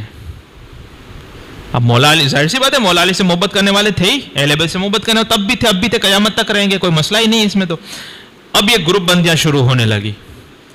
اب اتنا خطرناک فتنہ پھیلا، اتنا خطرناک فتنہ پھیلا کہ انہوں نے پھر مدینہ تک پہنچ گئے اور حضرت عثمان غنی کے گھر کو گھیر لیا اور ان پر دانا پانی سب بند کر دیا. یہاں تک کہ مسجد نبوی شریف میں نماز پڑھنے سے حضرت عثمان غنی کو روک دیا. اور یہ زیادہ کچھ نہ کرے اس کے لیے پہرا کرنے کے لیے حضرت مولا علی نے امام حسن اور امام حسین کو رکھا ہوا تھا، اور دوسرے بھی صحابہ کرام اور ان کے لڑکے اور بیٹے یہ سب اس کی حفاظت میں تھے. اور حضرت مولا علی خود بھی اور دوسرے بھی صحابہ کرام سب تھے، بہت اچھے صحابہ کرام تھے اس زمانے میں بھی تھے، حضرت عثمان غنی کے زمانے میں تھے. حضرت عثمان غنی سے کہا کہ آپ صرف اشارہ کریں، آپ حکم دیں ہمیں تلوار کا، ہم ان سب کو سیدھا کر کے رکھ دیں گے، سب کو قتل کر کے رکھ دیں گے ہم ابھی، آپ حکم فرمائیں، ان باغیوں کو ہم یہ سبق سکھائیں ہم۔ لیکن حضرت عثمان غنی نے صبر اتنا کیا، حلم کا آپ کا عالم یہ تھا، انہوں نے کہا کہ میری وجہ سے اگرچہ یہ لوگ غلط کر رہے ہیں، لیکن جب تلواریں اٹھیں گی اور یہ سب ہوگا تو ایک تو مدینہ شریف میں قتل عام اور خون ریزی ہوگی، دوسرا کہ اس میں کوئی بے گناہ مسلمان بھی مارا جا سکتا ہے، کیونکہ پھر سامنا ہوگا تو کچھ بھی ہو سکتا ہے۔ کہا میں یہ نہیں چاہتا کہ میری وجہ سے کسی مسلمان کا خون بہے، کسی مسلمان کا خون بہے، آپ نے یہ کہا۔ اور پھر آپ نے آخر تک اجازت نہیں دی۔ پھر رہی بات یہ کہ آپ نے پھر راجینامہ کیوں نہیں دیا، خلافت چھوڑ دیتے؟ کیونکہ رسول اللہ صلی اللہ علیہ وسلم نے ارشاد فرمایا تھا عثمان غنی سے، اے عثمان ان قریب تجھے ایک لباس، ایک قمیص پہنایا جائے گا خلافت کا، اور پھر منافق چاہیں گے، منافق جب چاہیں کہ وہ لباس تو اتار دے، خلافت چھوڑ دے، تو مت اتارنا، تو اس خلافت کو اور اس لباس، اس قمیص کو مت چھوڑنا، حضور یہاں تک کہ تو مجھ سے ملاقات کرے۔ اتنا کچھ فرمایا تھا۔ اب عثمان غنی کبھی چھوڑنے والے تھے، انہوں نے نہیں چھوڑا، یہاں تک کہ 40 دن تک آپ کو کھانا پانی سب بند کر دیا تھا، 40 دن تک آپ کا یہ حال رہا، اتنا آپ پر ظلم کیا گیا، اتنا سخت ظلم ہوا آپ پر۔ اور پھر اسی طرح سے ایک مرتبہ آپ بیٹھے ہو، حضرت کعب بن عجرہ رحمۃ اللہ علیہ فرماتے ہیں رضی اللہ تعالیٰ عنہ کہ ہم حضور کے پاس بیٹھے ہوئے تھے، رسول پاک صلی اللہ علیہ وسلم ارشاد فرمانے لگے فتنے اٹھیں گے اور سخت فتنہ تم میں برپا ہو جائے گا، سخت فتنہ۔ اتنے میں ہم دیکھ رہے ہیں کہ ایک آدمی چادر سے منہ چھپائے ہوئے جا رہا ہے، تو حضور بات کر رہے ہیں کہ سخت فتنہ اٹھے گا، بہت سخت، اور کہاں کہ اس زمانے میں جب یہ فتنے اٹھے گا سخت، اس میں یہ آدمی حق پر ہوگا۔ تو کعب بن عجرہ کہتے ہیں کہ میں کہا کہ یہ کون ہے کہ فتنے کے زمانے میں حق پر ہوگا؟ تو جب میں نے دیکھا کہ کوئی آدمی چادر اوڑی ہوئی منہ چھپایا ہوا ہے، میں بھاگا ان کے پاس اور جا کے کہا یا رسول اللہ کیا یہ آدمی کے بارے میں کہتے ہو کہ یہ آدمی حق پر ہے؟ بولے یا رسول اللہ نے ارشاد فرمایا ہاں یہ آدمی اس زمانے میں اس دن حق پر ہوگا۔ میں نے جب ہٹا کے دیکھا تو اس میں حضرت عثمان بن عفان رضی اللہ تعالیٰ عنہ حق پر تھے، یہ اس زمانے میں حق پر تھے یہ۔ تو یہ حضرت عثمان غنی کا حال تھا۔ یہ سب معلومات ہمیں ہونی چاہیے، پتہ ہونا چاہیے۔ اب دیکھیں 40 دن ہوئے، پھر ایک مرتبہ آپ اپنے مکان کی چھت پہ پہنچے اور پھر ان باغیوں سے بات کرنے لگے اور کہا کہ کیا آپ جانتے ہو میں آپ کو اللہ اور اسلام کا واسطہ دے کر پوچھ رہا ہوں کہ کیا ایک وہ زمانہ نہیں تھا کہ اللہ کے رسول صلی اللہ علیہ وسلم نے ارشاد فرمایا کہ جب مدینہ میں حضور تشریف لائے تو پورے مدینہ شریف میں پانی کھاری تھا، ایک ہی کنواں تھا بیر روما جسے کہتے ہیں، وہاں پہ میٹھا پانی تھا، وہ یہودیوں کے ہاتھ میں تھا۔ تو یہودی کیا کرتا تھا، بہت مہنگے مہنگے بھاؤ لیتا تھا۔ تو حضور نے ارشاد فرمایا کہ کوئی ہے تم میں سے جو اس کنویں کو خرید کر مسلمانوں پہ وقف کر دے؟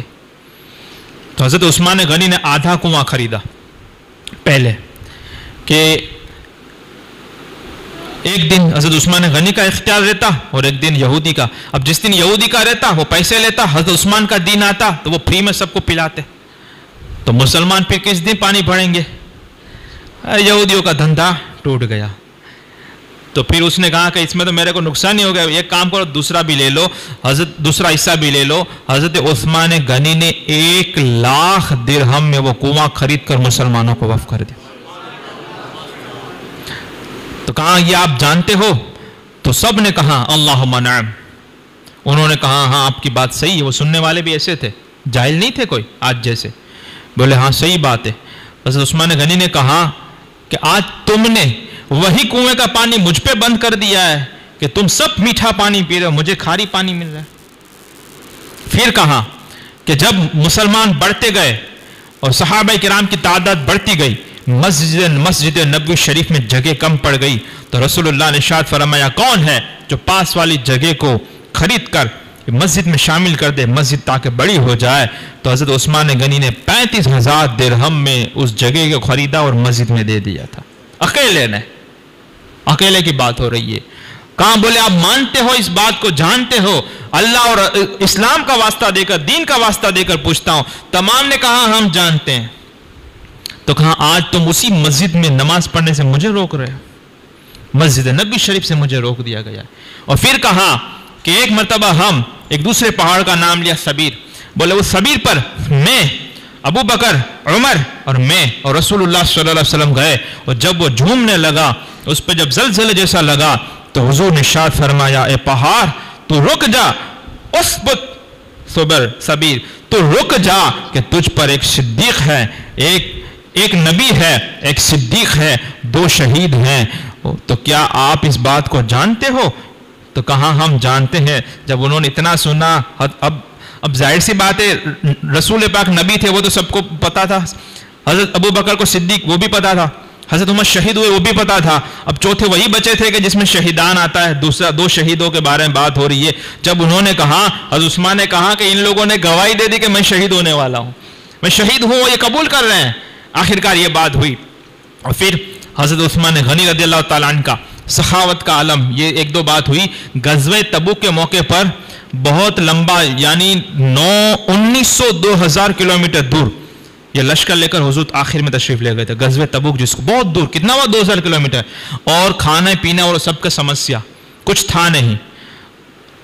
لیکن ان کو لگا, ان کو خبر ہوئی کہ جو ملک شام میں جو عیسائی ہیں وہ حملہ کریں گے مدینہ پر, اور رسول پاک کا طریقہ تھا, یہ مسلمانوں کو سمجھنا چاہیے, رسول اللہ کا طریقہ تھا. اور پھر بعد میں ان پر عمل کرنے والوں کا بھی یہ طریقہ رہا کہ جب ان کو خبر ہوتی کہ مسلمانوں پر حملہ ہونے والا ہے تو کچھ ہو کہ نہ ہو, وہ حملہ کر اس سے پہلے یہ کر دیتے تھے.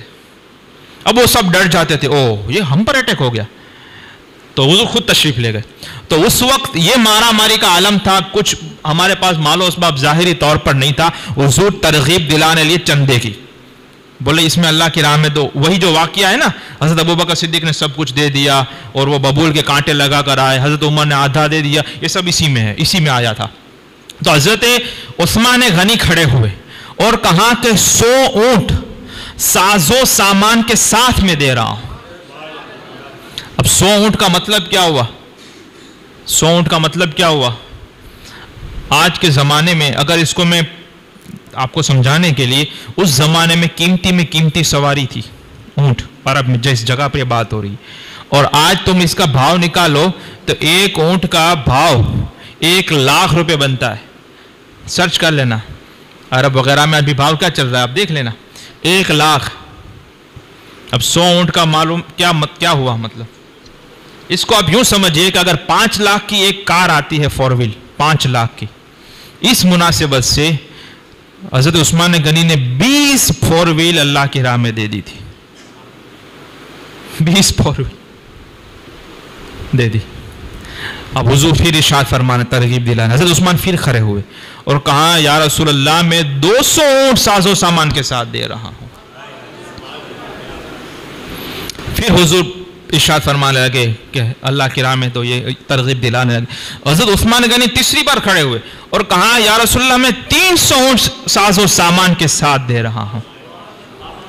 کتنے ہوئے ٹوٹل؟ 100 200 300, کتنے ہو گئے؟ 600 اونٹ ساز و سامان کے ساتھ میں دے رہا ہوں. جب انہوں نے یہ کہا, یہ تو اعلان تھا, ہمارے یہاں بھی کبھی کبھی اعلان ہوتا ہے, لکھی لیوں نے پھر دینے کی باری آتی ہے تو 10% جاتا ہے. باپو کا انوبھو ہوگا, ₹1,00,000 آپ لکھوں نے, پھر جب اگرانے کے لیے جاتے ہیں تو پھر ایک تو سامنے سے آتا نہیں ہے, اور جب اگرانی ہوتی ہے تو بھائی تیارا تو بولا ہے کیوں نہیں, کہوا ہے کیوں نہیں, لکھا ہے کیوں نہیں, ہوے جاک مندی چھے نام چھے نوم چھے, لاکھ میں سے 10,000 پر آ جاتا ہے. لیکن یہاں پر حضرت عثمان غنی نے اعلان 600 کا کیا, لیکن جب دیے تو سارے 900 اونٹ دیے, اور پھر 50 گھوڑے دیے, اور پھر اعلان 1000 اشرفی کا سونے کے سکے دینار کا کیا تھا. دینے وقت انہوں نے 10 گنا زیادہ 10,000 اشرفیہ دی تھی. تبھی سے آپ کا لقب ہو گیا مجہز جیش العسرہ, تنگی والے لشکر کو یہ سامان فراہم کرانے والے. اور حضور اتنے راضی ہوئے تھے کہ حضور نے یہ دونوں مقام پر بھی ارشاد فرمایا تھا. ایک مقام یہ بیر روما والا، حضور نے فرمایا تھا کوئی ہے کہ یہ کنواں خرید لے اور مسلمانوں کو وقف کر دے، کمائی نہیں، وقف کر دے اور اس کے بدلے میں مجھ سے جنت لے لے. اور جنت اس سے بہتر ہے. حضرت عثمان غنی اس وقت جنت خریدی تھی. پھر مسجد نبی والی بات آئی، تب بھی حضور نے فرمایا تھا کہ وہ اس کے بدلے میں جنت اس کو ملے گی، اس سے بہتر ہے. حضرت عثمان غنی نے وہ دوبارہ جنت خریدی حضور سے. یہ تاجر ہوتا ہے، آخرت خریدا کرتا ہے. ایک مرتبہ حضرت عمر کے دور کی بات ہے، ایک مرتبہ قحط پڑا، دکار آ گیا، مال و سامان کی تنگی ہو گئی. آج تو لوگ ایسا کرتے ہیں کہ جب ان کو لگتا ہے کہ آنی شارٹیج پرواہ نہیں ہے تو مال سٹاک کر کے رکھتے ہیں.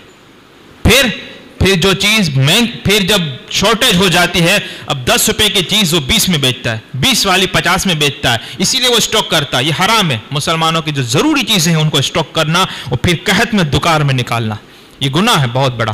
اب حضرت عثمان غنی کا قافلہ آیا شام سے، اور 100 یا 1000 اونٹ تھے. کتنے؟ سامان لے کر سب آیا. آج جیسے اسٹیمر آتی ہے، جہاز آتا ہے، کنٹینر آتے ہیں، اس زمانے میں یہ آئے اونٹ. جب آئے تو ویپاری مدینہ والے جمع ہو گئے اور کہا کہ ہمیں دو. مال کی مارا ماری، کسی کے پاس ہے نہیں، پیسہ نہیں، سامان نہیں، کچھ بھی نہیں، پیسہ دے کر بھی چیز نہیں ملتی. حضرت عثمان غنی نے کہا تم مجھے کتنا پروفٹ دو گے؟ تو کہا کہ 10%، یعنی اگر 1 لاکھ کا سامان ہے تو ہم 1,10,000 دیں گے. کہاں یہ کم ہے؟ بولے 20%. بولے کم ہے.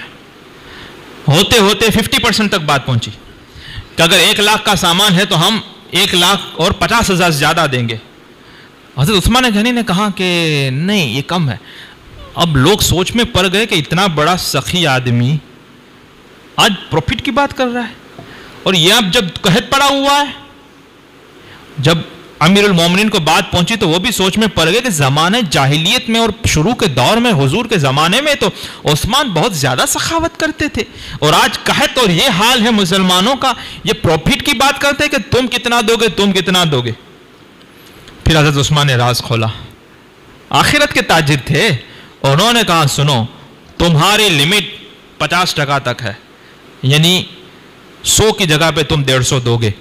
بولے اور کوئی دے سکتا ہے زیادہ؟ اب وہ بھی تھک گئے. بولے یہ تو حد ہو گئی. 10 سے 20% عام منافع رہتا ہے، 50 دینے کے لیے تیار ہے. قحط کا زمانہ ہے، آپ کہتے ہیں ابھی اور کوئی دے گا. تو کہا سنو، میرا رب مجھے 700 گنا دینے کے لیے تیار ہے. ایک کے بدلے وہ 700 دے رہا ہے مجھے. اب میں تمہارے ساتھ تجارت کرنا نہیں چاہتا ہوں، میں اپنے رب کے ساتھ تجارت کرتا ہوں. یہ تمام کا تمام میرا جتنا تجارت کا سامان ہے، 1000 غالباً اونٹ تھے، اس میں جتنا بھی سامان جو چیزیں آئیں بیچنے کے لیے، وہ میں تمام کے تمام مسلمانوں پہ صدقہ کر رہا ہوں. جس کو چاہے فری میں لے کے جاؤ. تم مجھے 50 دے رہے ہو، یعنی 10 کے بدلے میں یہ 50% تک دے سکتے ہو. میرا رب، یعنی ڈبل تو نہیں ہوا. بولے ڈبل بھی نہیں دے سکتے تم مجھے، اور میرا رب ہے کہ 700 ملٹیپلائی بائی 700. میں اللہ کے ساتھ تجارت کروں گا. یہ تمام کا تمام میں مسلمانوں کو فری میں دے رہا ہوں، صدقہ کر رہا ہوں. ایسے یہ ہیں سخی، ایسے کہ مال دیا ان کو اللہ نے. اور شرم و حیا کا حال یہ تھا کہ آپ اکثر وہ تہبندی پہنتے، لنگی حضور کی بھی سنت ہے، لنگی شریف پہنا کرتے تھے، تہبند باندھے. پائجامہ حضور نے کبھی نہیں پہنا. جو ہم جو پہنتے ہیں لہنگا بولتے ہیں، پائجامہ بولتے ہیں، حضور نے کبھی وہ نہیں پہنا. ہاں اس کی تعریف فرمائی کہ یہ اچھی چیز ہے، اس میں پردے کا زیادہ اہتمام ہوتا ہے. تو ایک طرح کی اس طرح سے یہ سنت ہے، لیکن خود حضور نے نہیں پہنا. حضرت عثمان غنی نے بھی نہیں پہنا. لیکن جب آخری شہادت کا دن آیا تو کیا ہوا کہ یہ جب اٹھے تو اپنی زوجہ سے کہتے ہیں کہ میں نے خواب میں میرے محبوب حضور رحمت عالم صلی اللہ علیہ وسلم کو دیکھا، اور وہ کہہ رہے تھے عثمان آج افطار تم ہمارے ساتھ کرو گے. اب سمجھ گئے کہ افطار کا مطلب کیا ہے. انہوں نے تو وہ سب بند کیا ہوا تھا. تب آپ نے پھر پائجامہ پہنا، تاکہ شرم و حیا کا حال یہ تھا کہ ایک مرتبہ رسول اللہ صلی اللہ علیہ وسلم آرام فرما رہے تھے، لیٹے ہوئے تھے، اور یہ پنڈلی مبارک سے یا تو جانگ مبارک سے وہ کپڑا تھوڑا سا ہٹا ہوا، یا ہمارے جیسا نہیں تھا، وہ چادر باندھ دیتے تھے اس زمانے میں تھا. ابھی یہ اتنا کپڑے ہم پہنتے ہیں، وہ چادر ہوتی تھی، ایک چادر اوپر ڈال دی قمیص کے طور پر کام آ گئی، ایک چادر کو نیچے یوں لنگی کی طرح کام آ گئی. یہ ان کے کپڑے ہوتے تھے عام طور پر یہی پہنتے تھے. یا نیچے یہ تہبند باندھ لیا، ایسے کپڑے باندھ دیا، اور اوپر قمیص پہن لی، یہ ہوتا تھا. تو حضور اس طرح سے آرام فرما تھے. حضرت ابو بکر آئے، آپ نے بات فرمائی، چلے گئے. حضرت عمر آئے، بات فرمائی، چلے گئے. حضرت عثمان آئے، جب اجازت مانگی تو آپ نے کہا رکو، اور پھر اپنا کپڑا وغیرہ سب ٹھیک کر لیا، وہ چھپا لیا، اور وہ مطلب سیٹ کپڑے سیٹ کر لیے اور یہ کر لیا. اور پھر حضرت عثمان آئے، بات چیت ہوئی، چلے گئے. تو حضرت عائشہ یا کوئی اور ام المومنین تھے، انہوں نے عرض کی یا رسول اللہ، ابو بکر اور عمر آئے تو آپ جیسے ایز اٹ از آپ نے بات کر لی. عثمان آئے تو پہلے ان کو روکا، اور پھر وہ جو پنڈلی وغیرہ دکھ رہی تھی اس کو چھپایا، اور پھر آپ بات کرنے لگے. حضرت رسول اللہ نے ارشاد فرمایا میں اس شخص سے حیا کیوں نہ کروں جس سے آسمان کے فرشتے حیا کرتے ہیں. فرشتے حیا کرتے ہیں، کن سے؟ یہ فرشتوں سے حیا والی بات نہیں ہے، فرشتے ان سے حیا کرتے ہیں. تو بولے میں ان سے کیسے حیا نہ کروں؟ تو ان کو کہا گیا کامل الحیاء والایقان. تو حضرت عثمان غنی ہے. تو جب یہ بات ہوئی کہ افطار والی بات آپ سمجھ گئے، آپ نے وہ پاجامہ پہنا تاکہ شہادت کے بعد بھی کسی صورت میں، کیونکہ پتا تھا کہ شہادت ہوگی تو سامنے سے آ کر کے مصافحہ کر کے نہیں ہونی ہے، وہ تو اچانک سے کبھی سے بھی کچھ بھی حملہ ہوگا، کچھ بھی ہوگا. تو جب ایسی حالت میں یہ لنگی شریف اور تہبند شریف کے کوئی ہٹ نہ جائے اور کوئی جسم کا عضو کھل نہ جائے، پنڈلی بھی نہ کھلے، اس لیے آپ نے پائجامہ پہنا. اور پھر آپ قرآن شریف کی تلاوت کرتے بیٹھے، اور پھر وہی تلاوت کر رہے تھے کہ یہ قاتلوں نے پیچھے کی طرف سے حملہ کیا، آپ کے گھر میں آئے اور آپ کو شہید کر دیا، اور اس طرح سے شہید کیا کہ آپ کے خون جو نکلا ان کے چھینٹے قرآن شریف کی آیتوں پہ پڑے. یہ ہے حضرت عثمان غنی. اور پھر حضرت مولا علی بہت غصے میں جلال میں آ گئے. حضرت اپنے دونوں بیٹوں کو کہا اور بہت ان پہ غصہ کا اظہار فرمایا کہ تمہارے ہوتے ہوئے امیر المومنین شہید کیسے ہوئے؟ امام حسن نرس کی ابا جان، یہ ہماری معلومات میں نہیں تھا، ہم آگے کی طرف پیرا دے رہے تھے، قاتلوں نے پیچھے سے حملہ کیا ہوا ہے. اور یہ ساری چیزیں ہوئی، اور خیر جو یہ ہوا. اور پھر سب سے زیادہ فتنوں کے بارے میں روایت کرنے والے اور رازدار صحابی جس کو کہا جاتا ہے، یہ رازدار صحابی ہیں حضرت حذیفہ بن یمان رضی اللہ تعالیٰ عنہ، جن کو حضور نے منافقوں کے نام بھی بتائے تھے. ایک مرتبہ حضرت عمر فاروق اعظم رضی اللہ تعالیٰ عنہ نے کہا کہ فتنوں کے بارے میں کون حدیث، یہ سب شارٹ میں وہ بتا رہا ہوں، بات کاٹ کر وہ پوری بات نہیں بتا پا رہا ہوں، پوری حدیث نہیں سنا سکتا ہوں ٹائم کی وجہ سے. تو یہ حضرت حذیفہ نے جب حضرت عمر نے کہا کہ فتنوں کے بارے میں کوئی حدیث رسول اللہ کی سنائے، تو انہوں نے ایک حدیث سنائی تو کہا یہ والی نہیں، میں وہ فتنہ کی بات کرتا ہوں جو لوگوں کو بہا کے لے جائے، سمندر کی طرح آئے، سمندر کی لہر کی طرح آئے. تو حضرت حذیفہ نے حضرت عمر کے بارے عرض کی کہ یا امیر المومنین، آپ کا اور فتنے کا کیا لینا دینا؟ آپ کا اور فتنے کا کیا لینا دینا کہ یہ فرمایا کہ یہ فتنہ یہ ایک باب سے، یعنی کہ ایک دروازہ بند ہے فتنوں کے آگے، اور جب تک وہ دروازہ ہے مسلمانوں میں اور اسلام میں فتنے نہیں اٹھیں گے.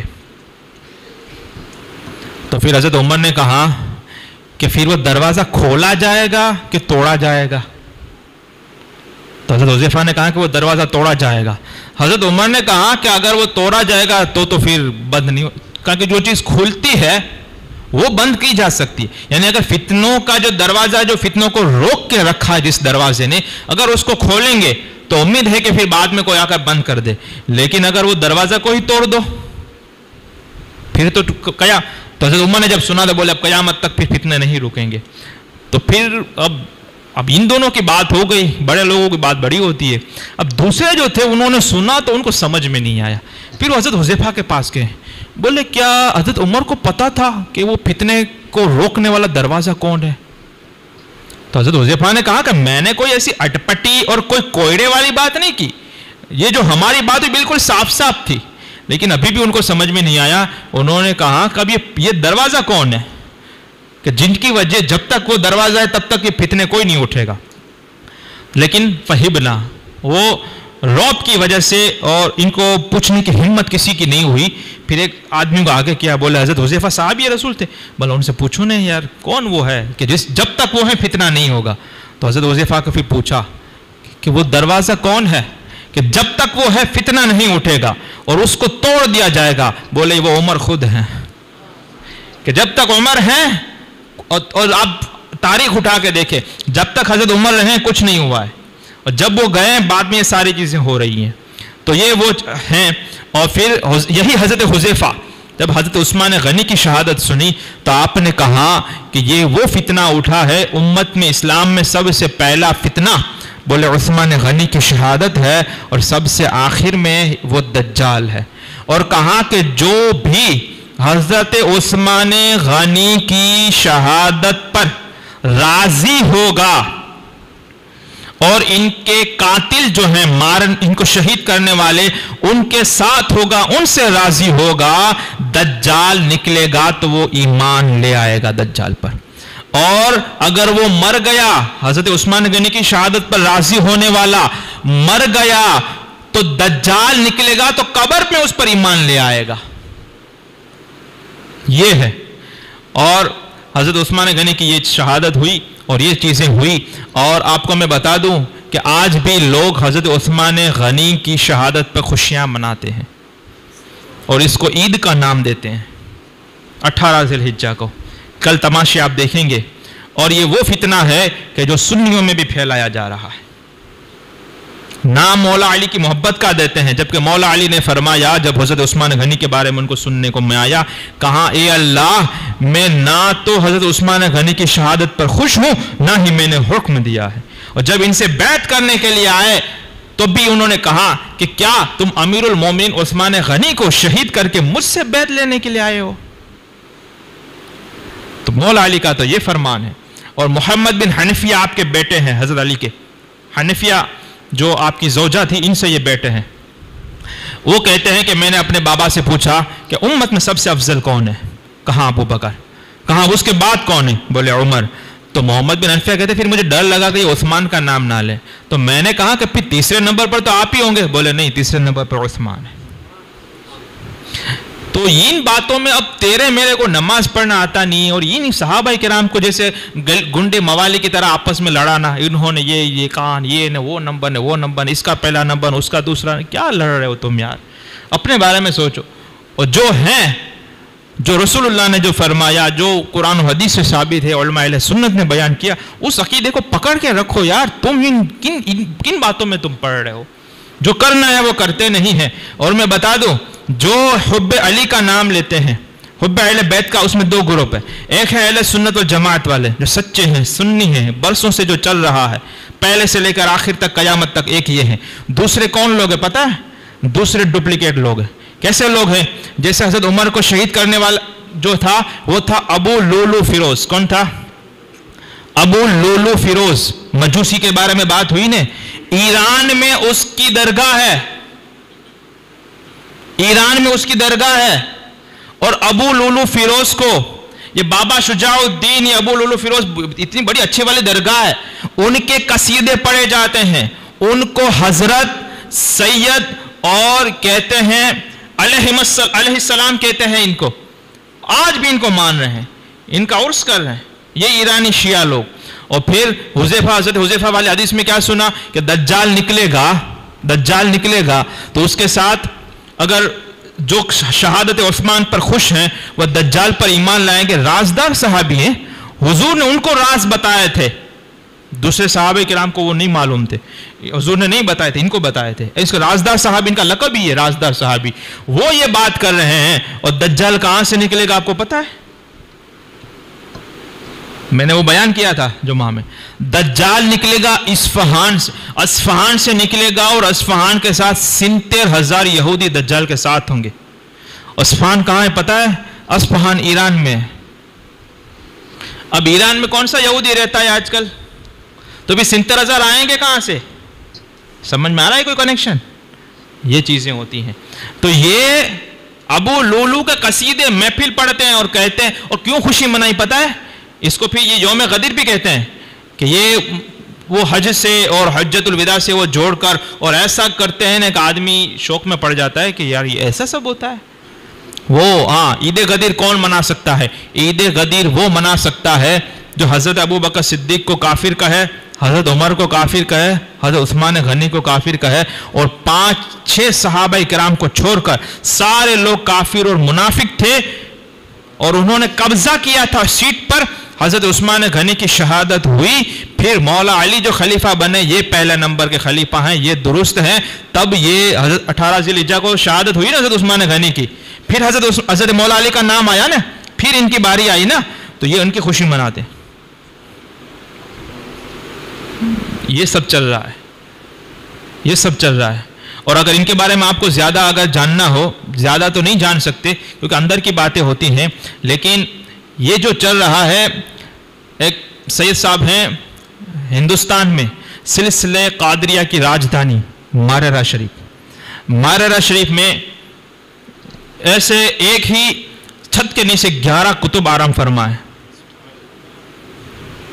حضرت سید برکت اللہ سے لے کر حضرت شاہ حمزہ، حضرت شاہ آل محمد، شاہ آل احمد، اور پھر حضرت آل رسول، اعلیٰ حضرت کے جو پیر ہیں، ان کے جو ابھی کے موجودہ جو ہیں وہ حضرت امین میاں برکاتی ہیں.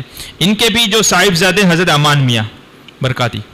یہ بیان ایک مرتبہ آپ کلپ سن لینا، وہ مارکیٹ میں یوٹیوب پہ بھی آپ کو مل جائے گی. امان میاں نام ہے، ان کے والد کا نام امین میاں ہے.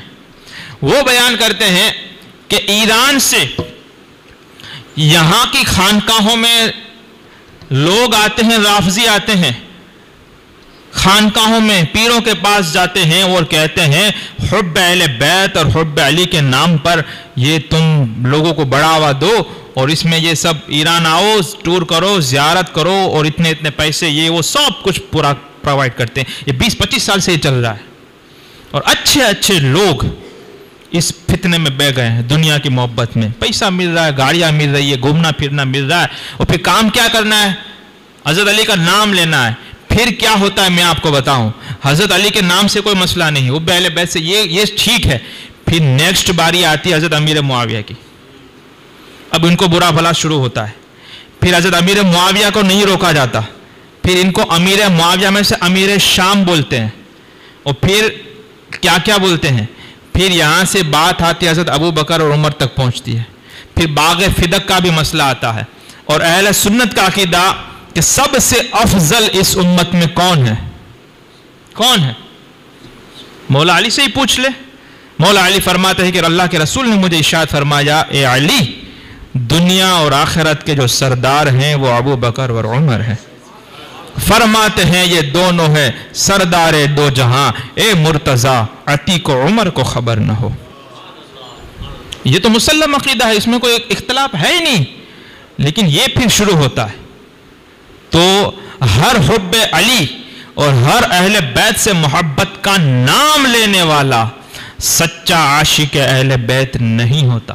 دونوں طرح کے لوگ ہوتے ہیں. ایک سچے والے بھی ہوتے ہیں جو اہل بیت کی محبت اتنی کرتے ہیں کہ آپ نے تو مسجد میں سنا ہوگا، یہاں پہ ہم دعا مانگتے ہیں، حب اہل بیت آل محمد کے لیے کر شہید عشق حمزہ پیشوا کے واسطے. اور ہماری دعا یہ ہوتی ہے جو سرکار اعلیٰ حضرت نے ہمیں سکھائی ہے. کیا سکھائی ہے؟ دو جہاں میں خادم آل رسول اللہ کر. دنیا میں اور فوٹو کھینچوانے اور اسٹیٹس لگوانے کے لیے نہیں، یہاں پہ بھی آل رسول کا خادم رکھ، آخرت میں بھی آل رسول کا خادم. دو جہاں میں خادم آل رسول اللہ کر.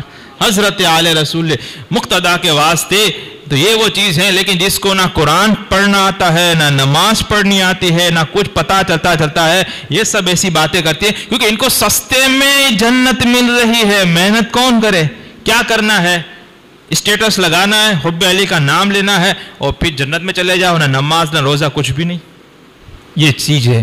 تو یہ سونا جنگل رات اندھیری، چھائی بدلی کالی ہے، سونے والوں جھاگتے رہیو، چوروں کی رکھوالی ہے. اور یہ شیعوں کے بارے میں نے کہا کہ یہ شیعہ ہیں، اور یہ ابو لولو فیروز کو کہتے ہیں کہ یہ شیعہ نے علی تھا، حضرت علی کی محبت میں کیا تھا.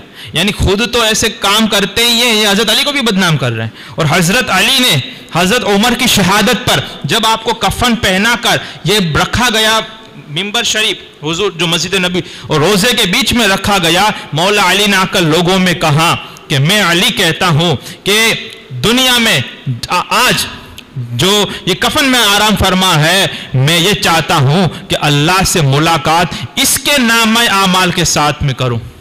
ان کے اعمال اتنے اچھے تھے، ایک تمنا کہ ان کے اعمال نامہ اگر مجھے مل جاتے تو میں پسند کرتا کہ اللہ کی بارگاہ میں ان کے حوالے عمل لے کر جاؤں۔ ان میں کوئی مسئلہ ہے ہی نہیں، ان چاروں خلیفہ وہ مسئلہ تھا ہی نہیں، یہ ابھی کی ہے روٹی سیکنے والی بات۔ تو یہ ایمان کو بچا کے رکھیں، اور اس کا شارٹ کٹ یہی ہے کہ اعلیٰ حضرت کا آپ نام لے لیں، دودھ کا دودھ پانی کا پانی ہو جائے گا، زیادہ اگر نہیں چاہتے، ورنہ آپ یہی کہہ دو کہ جو پہلے سے چلا آتا ہے ہم مانتے ہیں، یہ نئی نئی باتیں آپ کر کے الجھاؤ مت۔ ایک تو ویسے بھی ہماری مارا ماری چل رہی ہے عمل میں نے سب میں، اب یہ نئی نئی باتیں نکال کے کہاں ہمیں پھنسا رہے ہو۔ تو اللہ تعالیٰ مجھے اور آپ کو عمل کی توفیق عطا فرمائے، اور سچا عاشق رسول بنائے، سچا اہل بیت کا عاشق بنائے، اہل بیت کا خادم رکھے، اہل بیت سے محبت سچی اللہ تعالیٰ ہمیں عطا فرمائے، اور صحیح طور پر صحابہ کرام اور اہل بیت والا منائے، کیونکہ جب حضور تشریف فرما ہوں گے میدان محشر میں، اور جو ان تک حضور تک رسائی کرے گا وہ ابو بکر کے ذریعے، عمر کے ذریعے، عثمان کے ذریعے اور مولا علی کے ذریعے ہوں گی۔ اگر ان میں سے کوئی ایک کو ہٹا کر بات کرے گا تو بات بننے والے نہیں ہے، جنا بنے گی، جنت بنے گی، محبان چار یار کی قبر، جو چاروں سے محبت کرتا ہوگا ان کی قبر جنت بنے گی، جنا بنے گی، محبان چار یار کی قبر، جو اپنے سینے میں یہ چار باغ لے کے چلے۔ اللہ تعالیٰ ہم میرا آپ کا ہمارے گھر والوں کا اور جو ہمارے بھولے بھالے سنی ہیں ان کا ایمان پر خاتمہ بالخیر فرمائے، تو صحابہ سے بھی سچی محبت کریں، مولا علی سے بھی سچی محبت کرے، اور تمام اہل بیت سے بھی سچی محبت کرے، اور ان تمام کی محبت رسول اللہ کی محبت کے لیے ہوتی ہے۔ اللہ تعالیٰ سچا عاشق رسول، سچا ایمان والا، سچا عقیدے والا رکھے، اسی پر ہمیں جلائے، اسی پر موت عطا فرمائے۔ السلام علیکم ورحمۃ اللہ وبرکاتہ۔